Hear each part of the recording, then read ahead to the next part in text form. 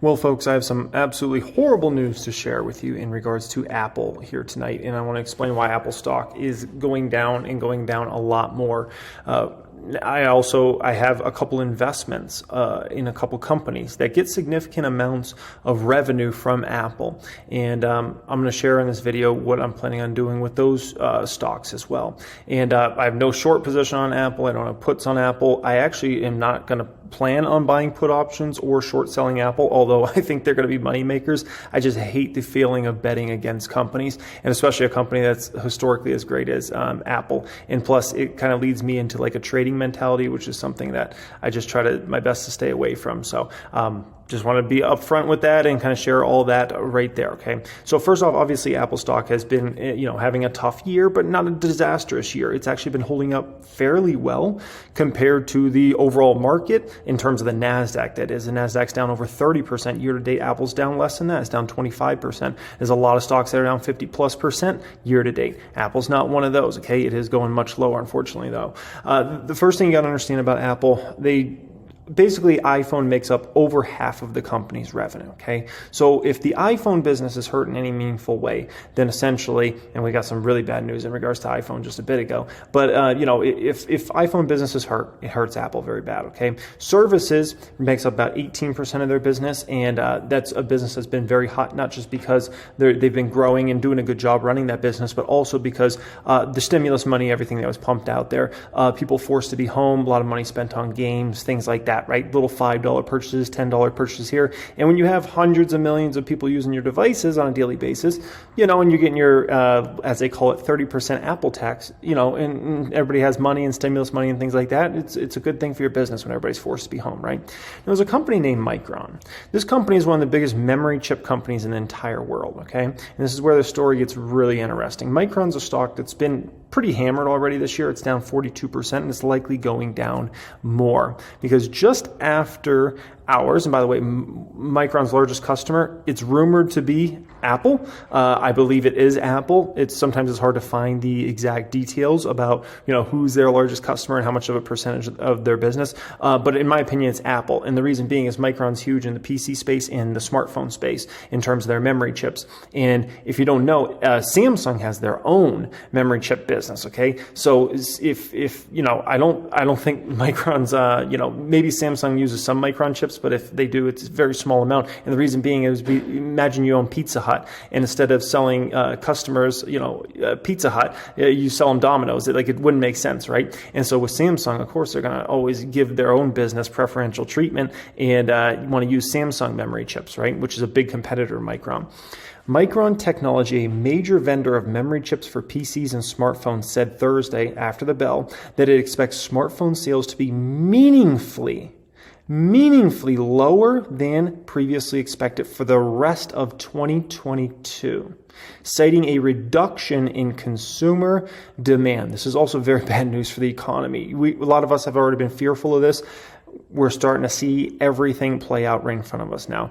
Micron CEO Sanjay said on the earnings call with analysts that he expected smartphone unit volume to decline by around 5% versus last year. Analysts were expecting growth of 5%. So it's a 10 percentage point difference there, right? You're expecting now 5% down. Everybody else was expecting 5% up. That's no bueno, okay?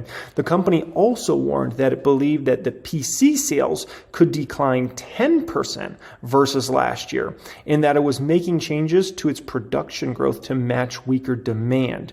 He added that some PC and smartphone customers were, quote, adjusting their inventories in the second half of the year. He says, quote, if you were to translate it into units, it amounts to like 130 million units reduction versus expectations similarly in the year for smartphone. Similarly, for PC, let's say 30 million kind of reduction in terms of total unit volume versus projections earlier the year. 130 million reduction in smartphone, 30 million reduction in PC, and here's the other part. This could get worse, right? That's just as of right now. Micron's warning is the latest sign that the market for new computers and phones is starting to slump after 2 years where the pandemic supercharged growth as people worked and basically had to do school from home, all that stuff, right? Plus stimulus money once again. Micron supplies memory to smartphone makers, including Apple and Motorola and these other players. But let's be honest, there's one big dog for Micron. And the big dog is Apple, okay? It's Apple. And so this is a disastrous situation because this means likely Apple's going to end up, their revenues are going to likely shrink in the back half of this year, and most analysts are expecting growth in the back half of this year, okay? I think the biggest question is going to be how much does Apple's revenue potentially decline? I think that's going to be the big debate. That's going to be the next thing now. Okay, Apple's revenue could likely decline in the back half of this year. Is it like a 3% decline, 5%, 10%? That's what we're going to have to find out, and it could get worse as projections continue to come out here, okay? So Apple's kind of middle, I pulled up the Dow. Dow's down about 16% year to date. S&P 500's down over 21% year to date so far. Apple's down almost 25% year to date, and the Nasdaq's down over 30% year to date. Problem with Apple, it's such a big, huge, obviously weight on the market, right? Over $2 trillion. Plus, it's huge for the psychology of the market that Apple essentially pulling down is going to pull the Dow down. It's going to pull the S&P 500 down more, and the Nasdaq's already been so hurt, but it's going to pull down the Nasdaq more as well, okay? The next thing, and it's already starting to play out, but we're going to see it even more so now.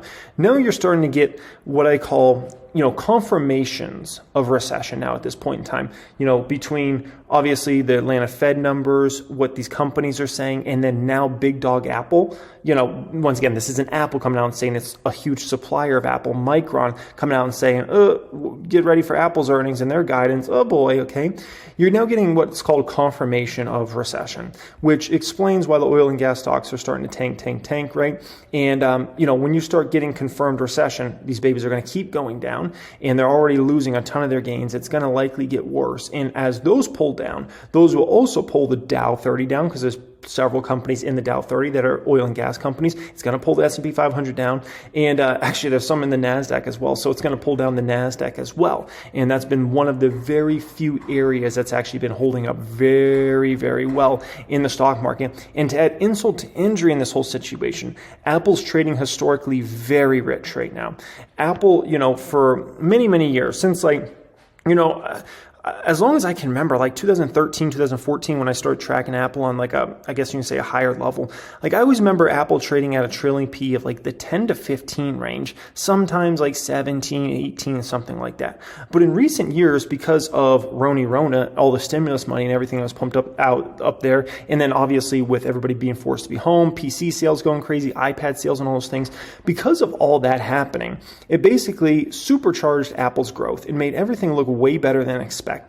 Apple is obviously able to just, command insane prices, and they had insane demand because of everything that was going on. And so it led basically investors to start valuing the company very differently than how it was usually valued at a 10 to 15, maybe, 15 to 18 range for a trailing P. And at one point it was valued at, almost a 32, right? So that's already started to come down. We're at a 23, but here's the problem.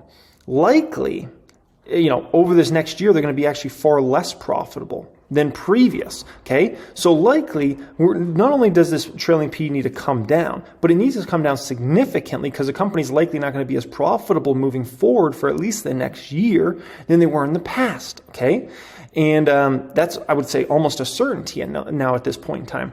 So this is a big issue for Apple. It's a big issue for the stock market. And unfortunately, Apple's, it's going to take a miracle, literally a miracle of life to keep the stock anywhere in the 130, 140 range. It's going to take a real miracle. Basically, what would have to happen is the entire market would have to start skyrocketing upward to keep the stock from falling, because everything we're looking at is the numbers are going to get bad. Wall Street's going to realize it and be like, oh crap, we got a valuation problem and we got a numbers problem. They'll sell it off heavy. It's going to pull down the whole market more.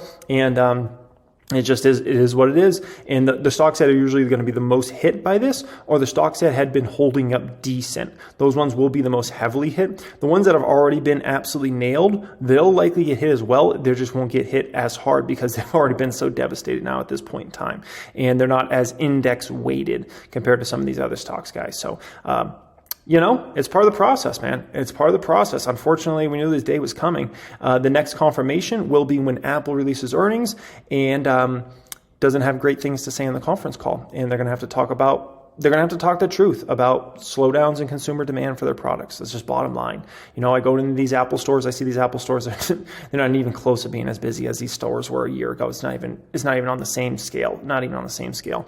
So anyways, guys, just wanted to cover that for you. I want to show you that. I think these things are important. I hope you enjoy a video like this. I know it's not great news, but I got to give you what it is, man. It is what it is. Someday we'll have growth again in these companies, but it's just not today. Much love and have a great day. Bye.